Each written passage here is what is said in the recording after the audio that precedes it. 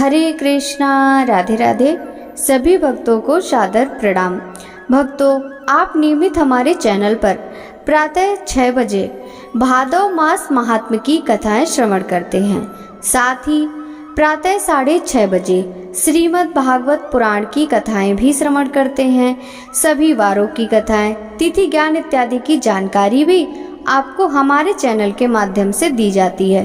भक्तों, यदि अभी तक आपने चैनल को सब्सक्राइब नहीं किया है तो अवश्य ही कर लें। साथ ही बेल आइकन भी प्रेस कर लें, जिससे आने वाले हर नए वीडियो का नोटिफिकेशन आपको समय पर मिल सके। भाद्रपद मास महात्म्य के कल के अध्याय में पुरुषोत्तम क्षेत्र में भगवान नृसिंह तथा श्वेत माधव का महात्म्य की कथा का रसपान किया था।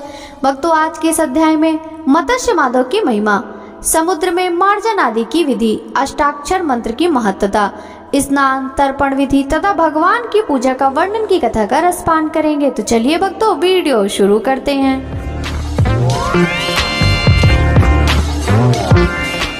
ब्रह्मा जी कहते हैं, श्वेत माधव का दर्शन करके उनके समीप ही मत्स्य माधव का दर्शन करें। जो भगवान पहले एकावर्ण के जल में मत्स्य रूप धारण करके वेदों का उद्धार करने के लिए रसातल में स्थित थे, वे ही मत्स्य माधव कहलाते हैं। वे भगवान के आदि अवतार हैं। पहले पृथ्वी का चिंतन करके उस पर प्रतिष्ठित हुए। भगवान को प्रणाम करें। ऐसा करने से मनुष्य सब दुखों से मुक्त हो जाता है और उस वैकुंठ धाम में जाता है, जहाँ साक्षात भगवान श्री हरि विराजमान रहते हैं। मुनिवरों, इस प्रकार मैंने मत्स्य माधव के महात्मा का वर्णन किया। मुनियों ने कहा, भगवान, समुद्र में जो मार्जन और स्नान दान आदि किया जाता है उसका फल बतलाइए। ब्रह्मा जी बोले, मुनिवरों, मार्जन की विधि सुनो। मार्कंडे हद का स्नान पूर्व काल में उत्तम माना गया है। विशेषता चतुर्दशी को उसमें किया हुआ स्नान सब पापों का नाश करने वाला है। समुद्र का स्नान सब उत्तम होता है। विशेषता पूर्णिमा को उसमें स्नान करने से अश्वमेध यज्ञ का फल मिलता है। मार्कंडेय हद, अक्षय वट, श्री कृष्ण, बलराम, समुद्र तथा इंद्रगुम्न, ये पुरुषोत्तम क्षेत्र के 5 तीर्थ हैं। जब ज्येष्ठ मास की पूर्णिमा को ज्येष्ठा नक्षत्र हो, तब विशेष रूप से तीर्थराज समुद्र की यात्रा करनी चाहिए। उस समय मन, वाणी और शरीर से शुद्ध हो, भगवान में मन लगाए रहें और कहीं मन को ना ले जाएं। इस प्रकार के द्वंद्वों से मुक्त रहें। राग और द्वेष को दूर कर दें। कल्पवृक्ष वट बहुत रमणीय स्थान है। वहाँ स्नान करके एकाग्र चित्त से 3 बार भगवान जनार्दन की परिक्रमा करें। उनके दर्शन से 7 जन्मों के पापों से छुटकारा मिल जाता है। प्रचुर पुण्य तथा अभीष्ट गति की प्राप्ति होती है। प्रत्येक युग के अनुसार वट के नाम और प्रमाण बतलाए जाते हैं। वट, वटेश्वर, कृष्ण तथा पुराण पुरुष, ये 7 आदि युगों में क्रमशः वट के नाम कहे गए हैं। सतयुग में वट का विस्तार 1 योजन, त्रेता में 1.25 योजन, द्वापर में ½ योजन और कलयुग में 1/4 योजन का माना गया है। पहले बताए हुए मंत्र से वट को नमस्कार करके वहाँ 300 धनुष की दूरी पर दक्षिण दिशा की ओर जाएं। वहाँ भगवान विष्णु का दर्शन होता है। उसे मनोरम स्वर्ग द्वार कहते हैं। वहाँ समुद्र के जल से आकृष्ट सर्वगुण संपन्न काष्ठ है। उसे प्रणाम करके पूजने पर मनुष्य संपूर्ण रोगों तथा पाप ग्रह आदि की पीड़ा से मुक्त हो जाता है। स्वर्ग द्वार से समुद्र पर जाकर आचमन करे तथा पवित्र भाव से भगवान नारायण का ध्यान करके उनके अष्टाक्षर मंत्र से अंग न्यास और कर न्यास करे। मन को भुलावे में डालने वाले अन्य बहुत से मंत्रों की क्या आवश्यकता है। ओम नमो नारायणा, यह अष्टाक्षर मंत्र ही सब मनोरथों को सिद्ध करने वाला है। नर से प्रकट होने के कारण जल को नार कहते हैं। वह पूर्व काल में भगवान विष्णु का आयन यानी निवास स्थान रहा, इसलिए उन्हें नारायण कहते हैं। समस्त वेदों का तात्पर्य भगवान नारायण में ही है। संपूर्ण द्विज नारायण की ही उपासना में तत्पर रहते हैं। यज्ञों और क्रियाओं की समाप्ति भी नारायण में है। पृथ्वी नारायण परक है, जल नारायण परक है, अग्नि नारायण परक है और आकाश भी नारायण परक है। वायु और मन के आश्रय भी नारायण ही हैं। अहंकार और बुद्धि दोनों नारायण स्वरूप हैं। भूत, वर्तमान तथा आने वाले सभी जीव, स्थूल और सूक्ष्म, सब कुछ नारायण स्वरूप हैं। शब्द आदि विषय, श्रवण आदि इंद्रियां, प्रकृति और पुरुष सभी नारायण स्वरूप हैं। जल, स्थल, पताल, स्वर्गलोक, आकाश तथा पर्वत, इन सबको व्याप्त करके भगवान नारायण स्थित हैं। अधिक कहने की क्या आवश्यकता। ब्रह्मा आदि से लेकर तृण पर्यंत समस्त चराचर जगत नारायण स्वरूप है। ब्राह्मणों, मैं नारायण से बढ़कर यहाँ कुछ नहीं देखता। यह दृश्य, अदृश्य, चर, अचर सब उन्हीं के द्वारा व्याप्त है। जल भगवान विष्णु का घर है और विष्णु ही जल के स्वामी हैं, अतः जल में सर्वदा पांव भारी नारायण का स्मरण करना चाहिए। विशेषता स्नान के समय जल में उपस्थित हो पवित्र भाव से नारायण का ध्यान करे और हाथ तथा शरीर में नाम अक्षरों का न्यास करे।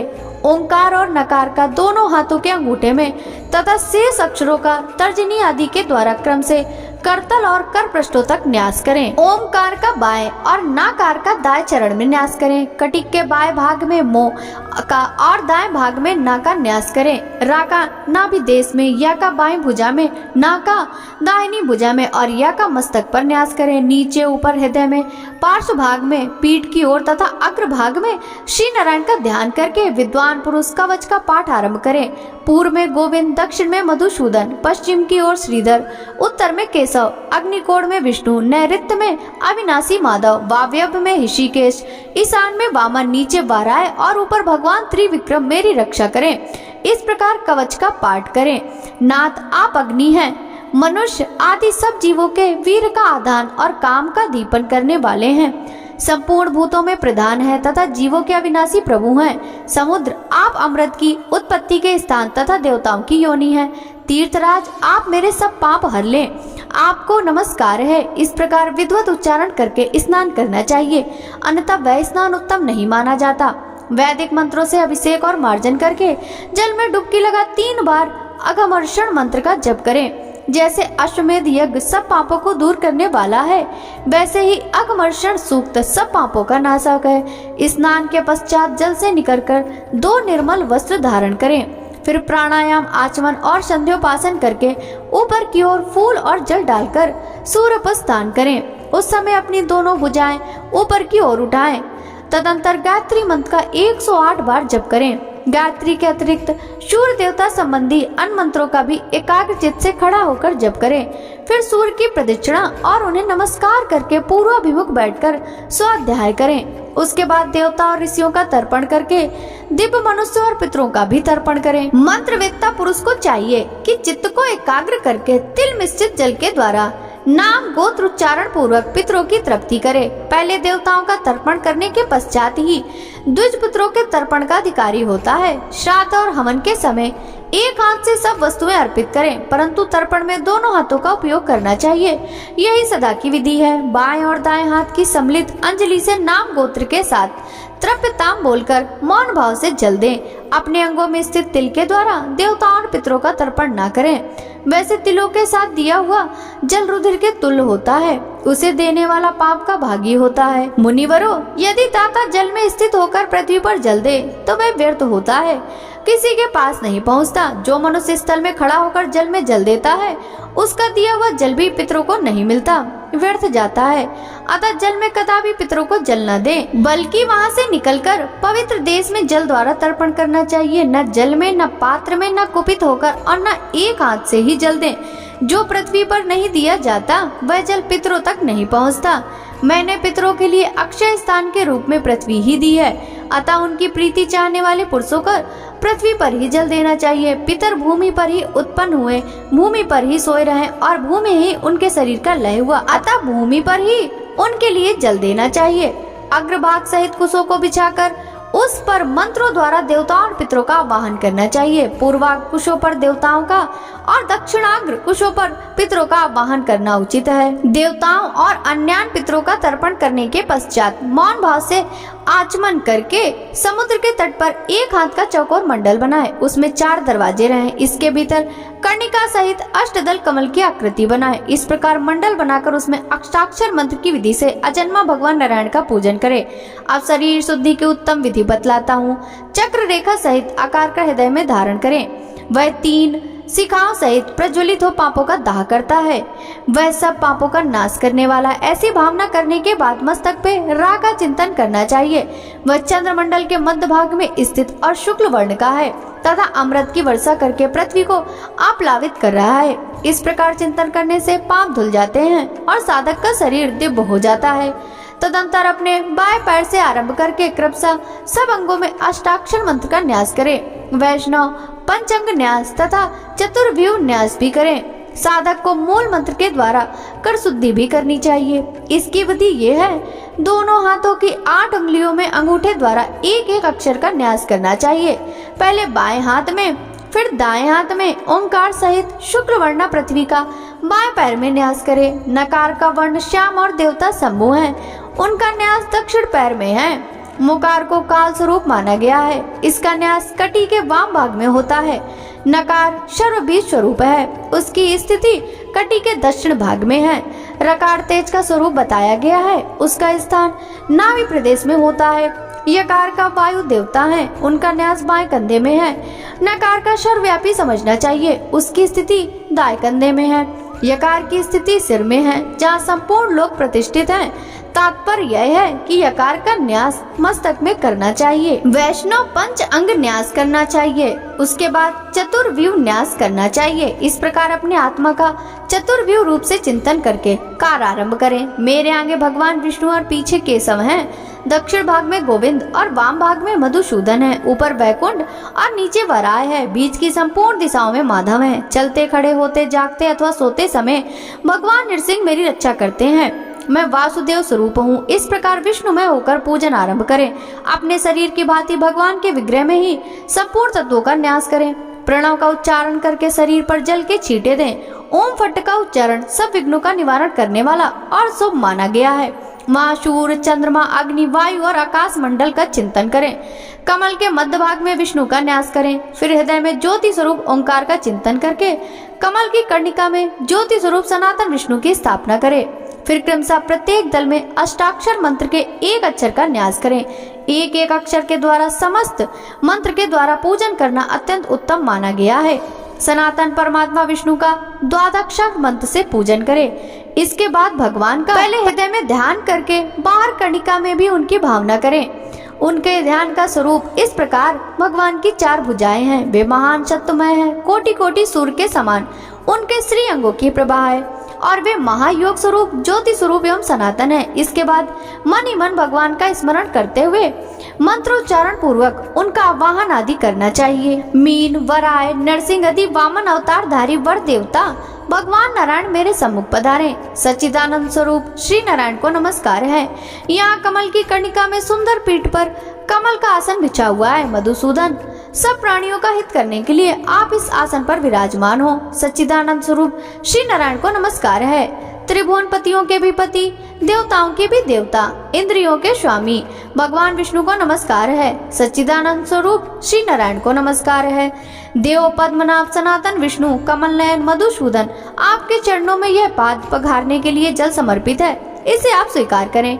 सच्चिदानंद स्वरूप श्री नारायण को नमस्कार है। महादेव, पुरुषोत्तम, ब्रह्मा आदि देवताओं ने आपके लिए जिसकी व्यवस्था की थी वही मधुपर्क मैं भक्ति पूर्वक आपको निवेदन करता हूँ, कृपया स्वीकार कीजिए। सच्चिदानंद स्वरूप श्री नारायण को नमस्कार है। भगवान, मैंने गंगा जी का स्वच्छ जल जो सब पापों को दूर करने वाला अर्थात कल्याणमय है, आचमन के लिए भक्ति पूर्वक आपको अर्पित किया, कृपया ग्रहण कीजिए। सच्चिदानंद स्वरूप श्री नारायण को नमस्कार है। लोकेश्वर, आप ही जल, पृथ्वी, अग्नि तथा वायु रूप हैं। मैं जीवन रूप जल के द्वारा आपका ध्यान स्नान करता हूँ। सच्चिदानंद स्वरूप श्री नारायण को नमस्कार है। देव तत्व समायुक्त यज्ञ वर्ण समन्वित केशव, मैं सुनहरे रंग के 2 वस्त्र आपकी सेवा में समर्पित करता हूँ। सच्चिदानंद स्वरूप श्री नारायण को नमस्कार है। केशव, मुझे आपके शरीर और चेष्टा का ज्ञान नहीं है। मैंने जो यह गंध निवेदन किया है इसे लेकर आप अपने अंग में लगा लें। सच्चिदानंद स्वरूप श्री नारायण को नमस्कार है। भगवान ब्रह्मा जी ने ऋक, यजु और सामवेद के मंत्रों से जिसको त्रिगुण बनाया है वह सावित्री ग्रंथि युक्त यज्ञोपवीत मैं आपकी सेवा में अर्पित करता हूँ। सच्चिदानंद स्वरूप श्री नारायण को नमस्कार है। अग्नि और सूर्य के समान प्रभा वाले दिव्य रत्न विभूषित माधव, इन अलंकारों को धारण करके आपके श्री अंग सुशोभित हो। सच्चिदानंद स्वरूप श्री नारायण को नमस्कार है। ओम नमः ये अष्टाक्षर मंत्र के प्रत्येक अक्षर के साथ लगाकर पृथक पृथक पूजा करें अथवा समस्त मूल मंत्र का एक ही साथ उच्चारण करके पूजन करें। भगवान, यह धूप सुगंध द्रव्यों से मिश्रित वनस्पति का दिव्य रस अतएव अत्यंत सुगंधित है। मैंने भक्ति पूर्वक इसे आपकी सेवा में अर्पित किया है, आप इसे स्वीकार करें। सच्चिदानंद स्वरूप श्री नारायण को नमस्कार है। देव, आप ही सूर्य और चंद्रमा की, बिजली और अग्नि तथा ग्रहों की, नक्षत्रों की ज्योति हैं। यह दीप ग्रहण कीजिए। सच्चिदानंद स्वरूप श्री नारायण को नमस्कार है। केशव, मैंने 4 रसों से युक्त 4 प्रकार का अन्न आपको भक्ति पूर्वक समर्पित किया है, आप यह नैवेद्य ग्रहण करें। सच्चिदानंद स्वरूप श्री नारायण को नमस्कार है। पूर्वोक्त अष्टदल कमल के पूर्व दल में वासुदेव का, दक्षिण दल में शंकरषण का, पश्चिम दल में प्रद्युम्न का, उत्तर दल में अनिरुद्ध का, अग्नि कोण वाले दल में वराह का, नैऋतिक कोण में नृसिंह का, वायव्य कोण में माधव का तथा ईशान में भगवान त्रिविक्रम का न्यास करें। फिर अष्टाक्षर देव के सम्मुख गरुड़ की स्थापना करें। भगवान के वाम भाग में चक्र और दक्षिण भाग में शंख की स्थापना करें।